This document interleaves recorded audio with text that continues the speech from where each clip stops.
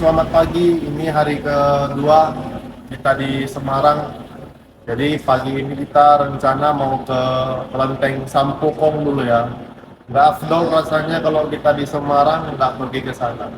Yang gimana keseruannya nanti kita lihat. Oke, jangan kemana-mana, tetap stay di channel kita.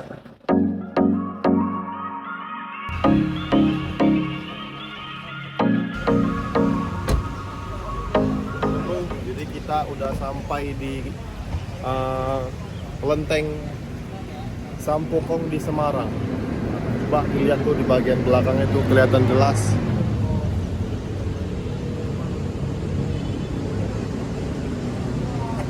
Jadi nanti kita akan coba lihat-lihat dulu ya isi dalamannya apa aja, kalau memang diizinkan masuk. Dan ada beberapa tempat juga nih. Mungkin ada cerita sejarahnya, nanti coba kita review.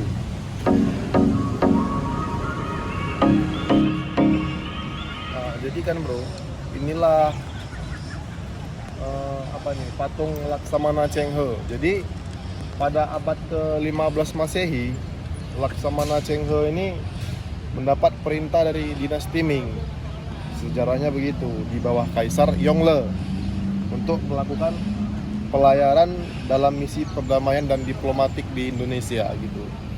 Jadi kedatangan Laksamana Cheng He ini di Semarang, khususnya di kawasan Gedong Batu kala itu. Jadi tujuannya kemari untuk beristirahat dan mengobati juru muridnya gitu, yang bernama Wang Jinghong. Jadi mereka beristirahatlah di Gua Batu.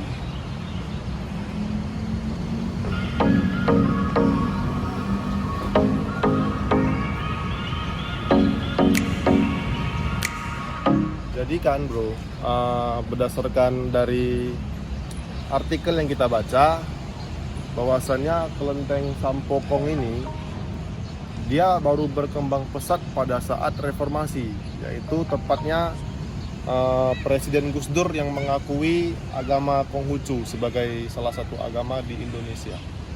Jadi inilah penampakan kelentengnya.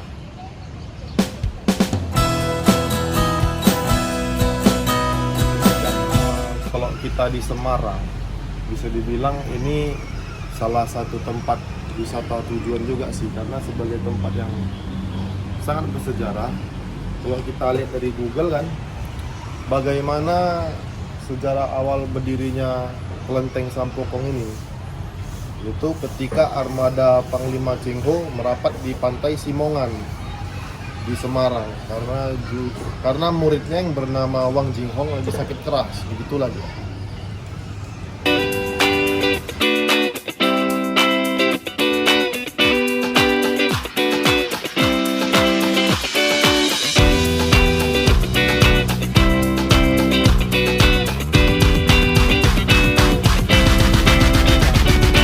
Sejarahnya Sampokong ini atau Laksamana Cheng He ini, banyak juga yang bertanya apa sih agama Laksamana Cheng He ini.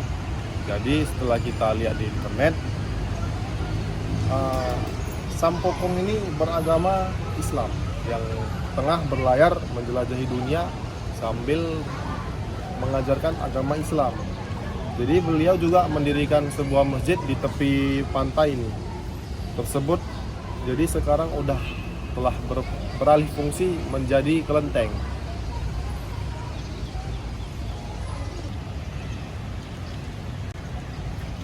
Jadi sebenarnya apa sih fungsi Kelenteng Sampokong ini? Jadi kalau kita lihat dari artikel, selain sebagai tempat ibadah, Kelenteng Sampokong ini juga berfungsi sebagai tempat wisata. Seperti kita dari Medan kemari kan, istilahnya kita kalau ke Semarang nggak kemari itu kurang afdol gitu. Banyak juga nih warga-warga sekitar kemungkinan juga dari luar kota kan, untuk kemari melihat sejarah-sejarahnya. Nah, dan jadi makna kelima bangunan kelenteng-kelenteng ini sebagai tempat rasa syukur umat lah terhadap dewa. Ini 1, 2, 3, 4, 5. Begitulah. Nanti akan akan kita coba review satu-satu tempat kalau memang diizinkan. Jadi jangan kemana-mana, simak terus video ini sampai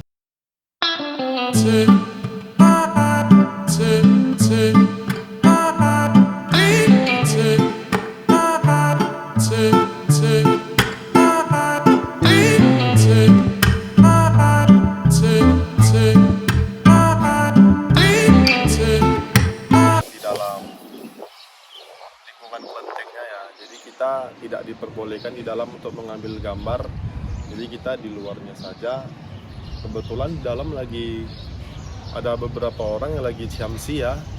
Jadi ciamsi itu seperti mengambil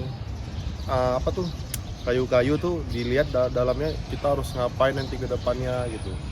Jadi mungkin umat Konghucu mungkin lebih paham tentang itu. Nah, jadi seperti inilah posisi di dalamnya. Bagaimana nanti coba kita lihat lagi yang lain. Jadi kita udah berada di seperti kayak lukisan tapi dari batu ya. Relief sejarahnya inilah dia, bahwasannya ini kapalnya Laksamana Cheng Ho dan ini masyarakat sekitar di bawahnya lah dengan cara berdagang kemari kan. Jadi ini di sini ada tulisan menyelamatkan duta besar China dengan sejumlah besar uang. Jadi pada tahun ke-13 pemerintahan Yongli, duta besar China hilang di Indonesia dan baru kembali pada tahun ke-16 pemerintahan Yongli. Ini menunjukkan adanya hubungan yang erat antara China dan Indonesia sejak 600 tahun yang lalu.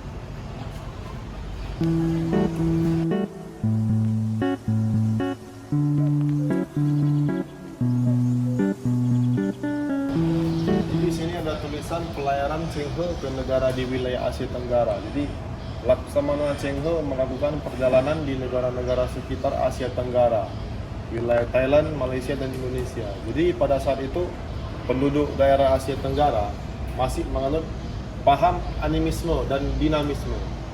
Tetapi banyak juga rakyat yang telah menganut agama Hindu, Buddha, dan Islam.